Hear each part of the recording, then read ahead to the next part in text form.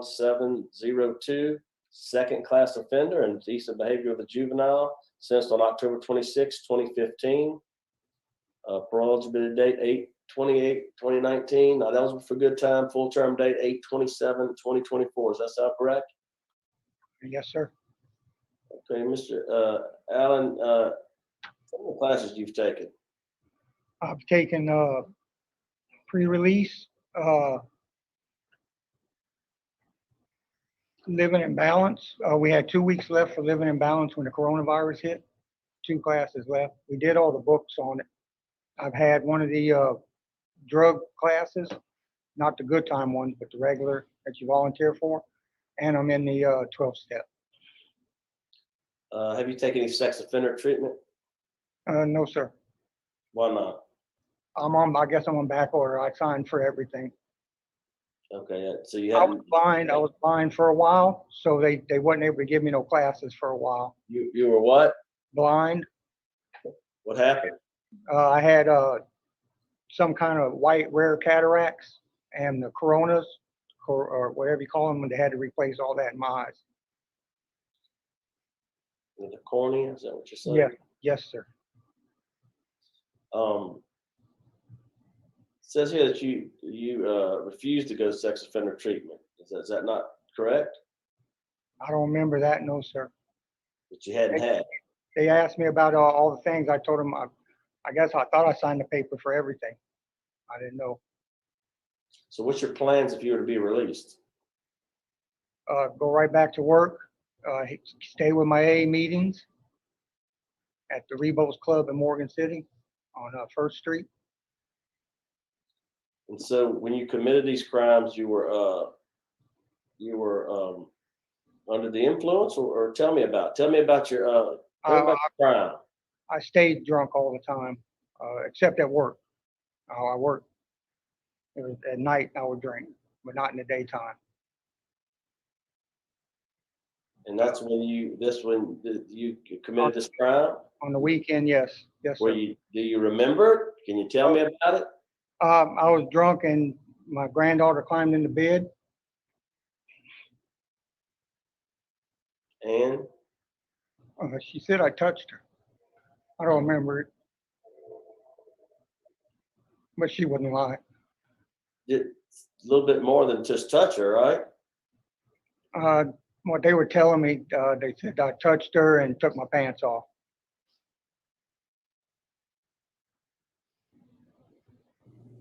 Well, it says a little bit more. You know how old your granddaughter was at the time? I think 8. 7. Okay. Well, you know you have a lot of opposition, right? Probably, yes, sir. Law enforcement, victim. Warden, you have any comments? He's been with me since 2019, September 2019. He's had no write-up since he's been here. That's all I can say about him. He's on light duty here.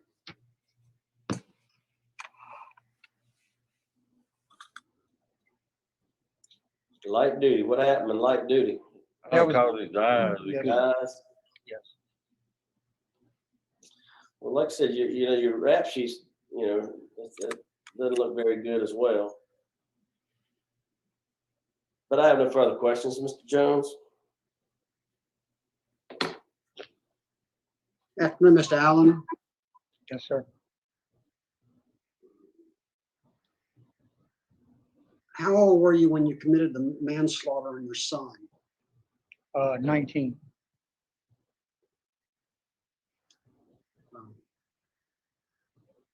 And what was your defense on that? I didn't have one. Not that you were drinking or anything? I drank back then and I did drugs back in them days. I stopped doing drugs when I got out of Hunts back then. I never did drugs since then. So how much time did you have to do for that? I know you got sentenced to 21. 7 years, sir. I did 14 years on parole. I don't have any question. Mr. Marabella.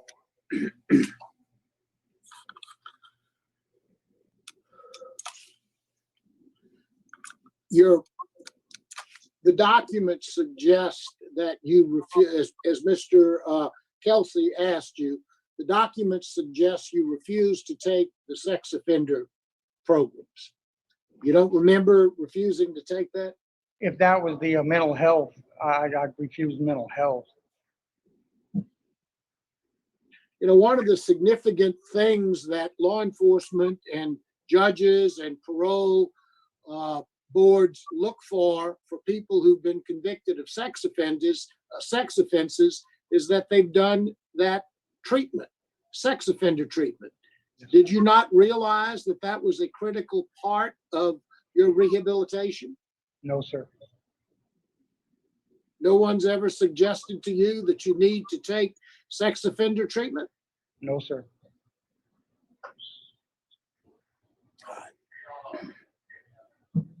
All right, that's all I've got. All right, would you like to make a statement on your behalf, Mr. Yeah. No, sir. All right, it's panel prepared to vote. I'll vote first. I vote to deny your parole due to law enforcement opposition, victim opposition, and take sex offender treatment. I don't believe you're being honest with us today or honest with yourself, so I vote to deny. Mr. Jones? My vote is likewise to deny because you refuse sex offender treatment. If nobody told you that, you should have taken that before. They're telling you now. You're not going to get out on parole unless you do. Yes, sir. I can't predict the future, but I'm pretty sure of that. Also because of victim opposition, opposition by his own family, vehement opposition by his own family to his release. My vote is to deny. Mr. Marabella? For the same reasons as outlined by Mr. Kelsey and Mr. Jones, I vote to deny as well. 3 votes to deny your parole today. Your parole's been denied. Thank you. Sir. Have a good day. And a judge gave this man a 9-year sentence. A 9-year sentence because his granddaughter crawled into his bed. What a poor guy. Oh, she was 8 years old. No, actually 7. Oh, like you know, you see this on you see this where they're like, oh, 8 is better than 7. And then you find out they just slipped it in there that he killed his son. This father brings hell to his family. He kills his son. Somehow then he has access to his grandchildren, where he then does that to his granddaughter.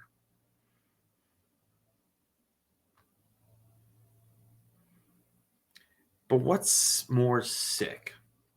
If there's a venomous cockroach running around your house and you let it run around your house, or is it the cockroach?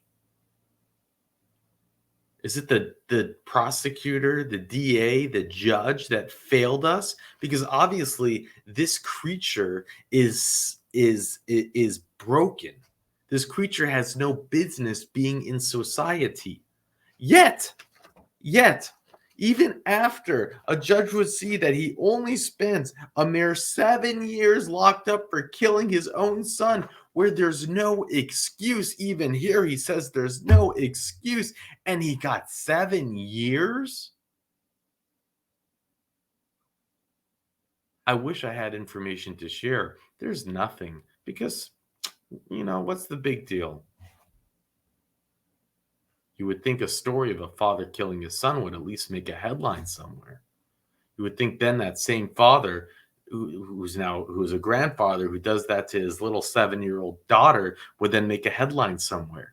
But no, we don't care. The same way the DAs don't care, the judges don't care. How can you not care about keeping society safe? It's clear that just a few minutes, that's all we need. That's all the parole board needs. Except the sad part is if he had taken programs, maybe he would have gotten parole. But who cares, right? Because he's getting out. His full term date is 2024. At the time of this recording, it is 2023. 2024 is 3 months away.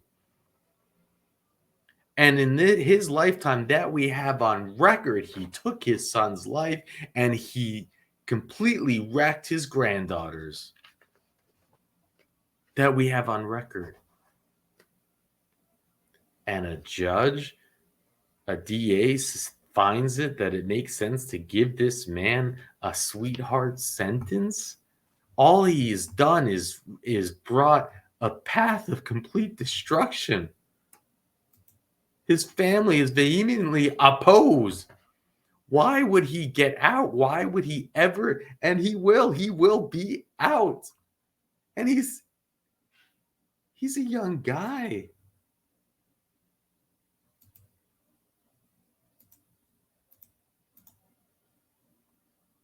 He's 59 years old today.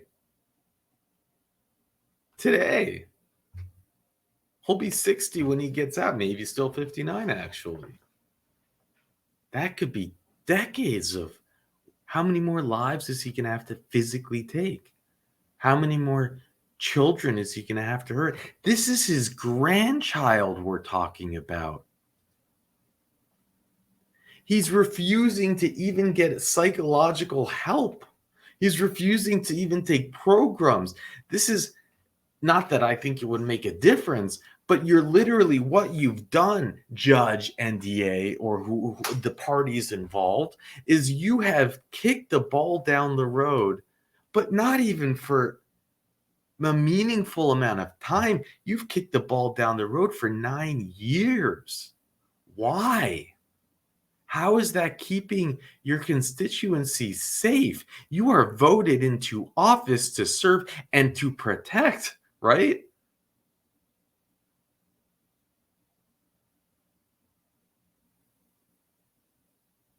Make it make sense.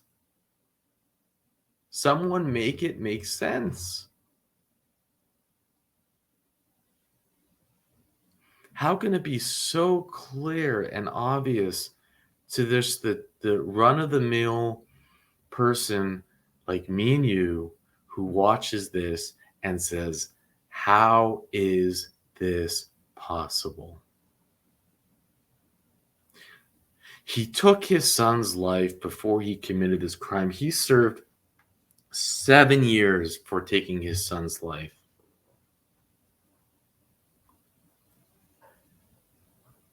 And then when he does this to his granddaughter, there are people that look at it and say, you know what? You shouldn't go to trial. It's not that important. Yeah, he'll be 59 when he gets out. I'm sure he's changed by then. What's the worst that can happen?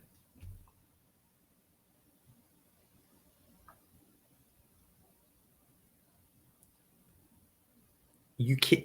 There is no way that you can sit across the table from me, no matter how many PhDs you have, no matter what school you've graduated from, no matter how much money you make a year, whatever it is, and you will never be able to make me change my mind about this case. And I have a hard time believing that someone with rational thinking skills, some logic, some common sense could feel differently. And the scary part is that these are the people that are heavily educated, have tremendous amount of experience. These are judges. These are district attorneys that made this decision to give this man a 9-year sentence. Make that make sense.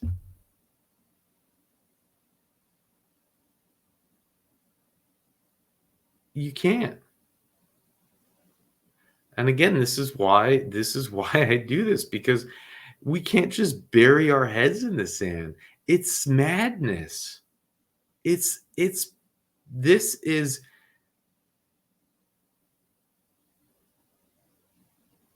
This is the epitome of insanity.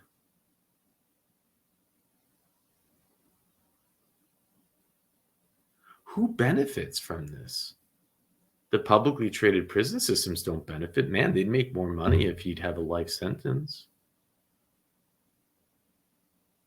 The victims don't benefit. They want him locked up.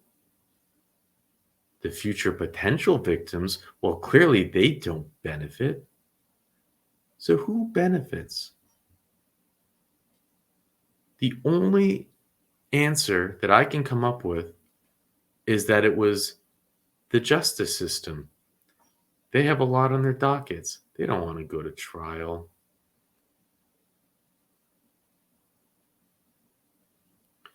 Let's just make a quick plea deal. The whole process can take literally just minutes in a courtroom. And for those of you who will, and I don't blame you for saying this, because I've heard this many times and I've thought this as well, but after seeing 1,000 cases, I've come to realize that it's in many times an excuse for those who say, well, we don't want to put the victim on the stand. That's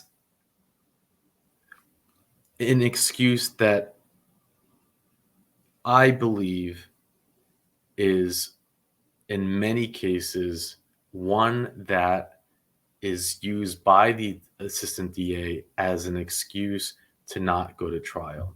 We have seen cases where the victim has come on here to make a statement and claims that they had begged to go to trial, but the DA wouldn't. And the DA would even have the audacity to make a public statement that claiming the victim that they made a deal so the victims wouldn't have to go through the anxiety of going through trial. Meanwhile, the victim gets up and says, I was begging for a trial.